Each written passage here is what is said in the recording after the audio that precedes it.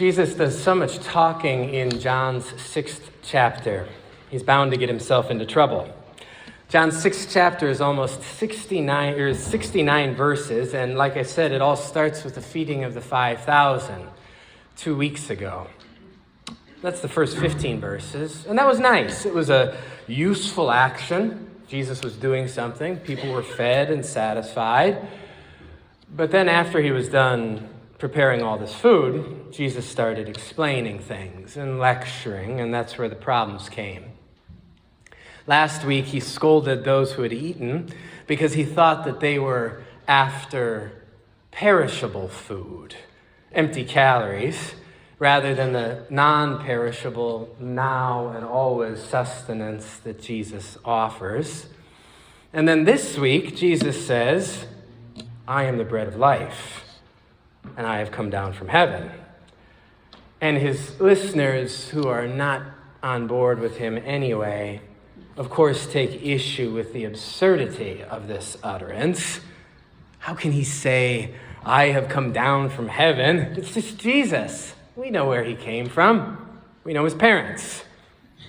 So Jesus should have just done miracles and not explained anything afterward. If you think this week's words are problematic, wait until you see the things Jesus says next week. Sometimes I wonder if there's too much talking and explaining in the world. These days, everybody's always supposed to talk about their feelings. And I think maybe that helps sometimes, but not all the time. I've personally found that sometimes talking about feelings can be so aggressively pursued that one ends up feeling things that they wouldn't have felt otherwise, only because they've been forced to talk so much. After I graduated from college, I worked for a big company that really emphasized professional development. So employees were supposed to identify their weaknesses and name them clearly. So you'd be meeting with your supervisor at a status, and you'd say, I need to work on my communication skills. Yes, you do. I've noticed that. Let's talk about that. Yeah, I don't know how. That's the problem. My communication skills. Yes, that is the problem. Exactly. I wonder sometimes if talking about the problem causes the problem. Sometimes I feel that way about faith. When I'm out and about, just an ordinary civilian, people will learn that I'm a pastor, and sometimes they'll pull me aside and say, now what do you really believe? And before I have a chance to answer, they'll tell me what they really believe, and they'll think it's so shocking that I'll self-immolate or lose all my faith.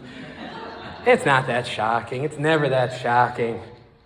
When people join here as members, they often ask, what are they going to have to do? Expecting some grand inquisition. Thank God there's no such thing here. It makes me sad when people leave churches or don't join churches because of belief. Belief is just a part of what we do here. Sometimes I almost wonder if most of what we believe is almost beside the point. I've never heard someone say, yeah, I quit going to church because I just didn't believe it was worth gathering with people once a week to consider all that life and death includes. That's what church is really about. But sometimes we turn churches into belief systems, and then people quit believing and they quit going. But maybe Jesus causes this with all the talking he does in this 6th chapter of John. Jesus, why don't you just feed people? Be quiet. Cook. Or as St. Francis of Assisi put it, preach the gospel, and if necessary, use words. Jesus uses a lot of words, though, and some of the things he says are problematic. How can he say, I have come down from heaven? We know his parents. We know where he came from. Our first reading today, which Wendy shared, comes from Ephesians, and it also focuses on words. Wendy read, quote, "Let us all speak the truth to our neighbors." Speak the truth to our neighbors. Do we have to? What if we don't know what the truth is? Or what if we speak and it doesn't make sense? Or what if we speak and it just worsens our relationships with our neighbors? Maybe instead of speaking, we should just eat and drink more, like the beginning of John's 6th chapter, and not the last 54 verses. But when you think about the problem of language and its limitations, I think the outrageousness of Jesus' words might be the point. Jesus says, "I am the bread of life." And he says, "I have come down from heaven." And we know that these are hyperboles, not literal statements, because we're not cannibals, and because Siri can't give us directions to heaven. Jesus' language is aspirational. It's hyperbolic. It's befitting to how life should be, or could be, rather than how life often is. When it comes to the language that we use and the way that we evaluate truth, much of what is said today is so reductive that I think it misses out on the grandeur and wonder of human life. Once upon a time, the psalmist asked, "What are human beings that thou art mindful of them?" And today, a scientist could respond, human beings are animals. Well, what is love? Love is just an evolutionary impulse to spread our genes into the future. What is God? Well, God is just a coping mechanism for our short lives. So what are we left with? Brief, brutal, insignificant existence.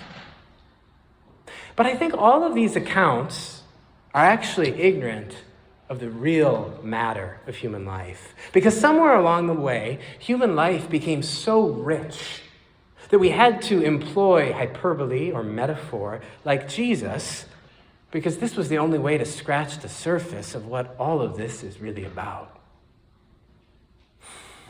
Say you're holding a newborn child in your arms. It's happened billions of times before.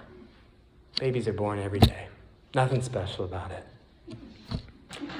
But then in an instant, you gaze into the eyes of that little creature, and you realize that there has never been someone like this before, and there will never be someone like that again. And you realize in your arms you are holding another masterpiece of God. And even though it is just the two of you sitting in that room and that baby can't understand what you're saying, you have to express something. So you remark, "Thank God, you are heaven sent." Or say you find yourself falling in love. Deep, passionate, hot love. You are shocked to find that your mere existence can be a cause for celebration and delight in another person. You never knew that you could be so impactful. And likewise, the other person never knew that they could cause so much joy in another person. And soon, the two of you, in the midst of this overwhelming experience, find yourselves sitting together and uttering these absurd, silly things. Are they prayers? To God? To whom? But something must be said because you feel so much, and you sit together and you say, "Thank God, this is heaven sent." Or say you are sitting with someone who is dying. And in those last moments, as you wait for the rattle of their breath to become air, you find yourself recounting all that they have meant to you. You recall the bad times, and you recall good times, but most of all, you just feel grateful for all the time that you had. And you can't remember it all, and you can't express it all, but you want to summate it somehow. So you hold this person's hand, and you say, "Thank God, you were heaven sent." And when you're in these liminal moments, you will find yourself speaking in hyperbole. Poetry like Bread of Life or Heaven Sent will come closer to scratching the surface of reality than some rigid surveys about what is true and what is false. In these liminal moments, you will find yourself stammering and going on and speaking in circles, and perhaps a bystander wouldn't be able to understand exactly what you're trying to communicate, but we could tell that you are experiencing something that exceeds the scales of usual measurement. Which brings us back to church and what we're doing today. Today we welcome new members, and in so doing, we talked about it. And the things that we say when we welcome new members are silly and hyperbolic.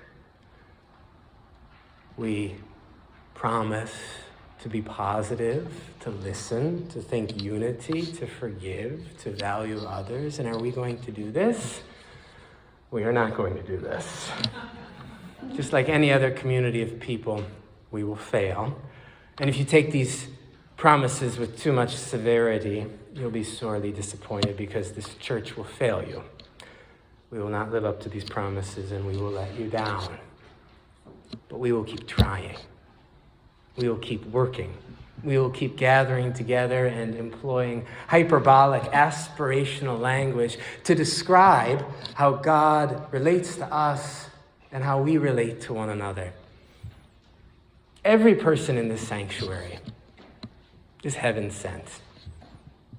All of you are blessings from God, blessings to this community, blessings to one another.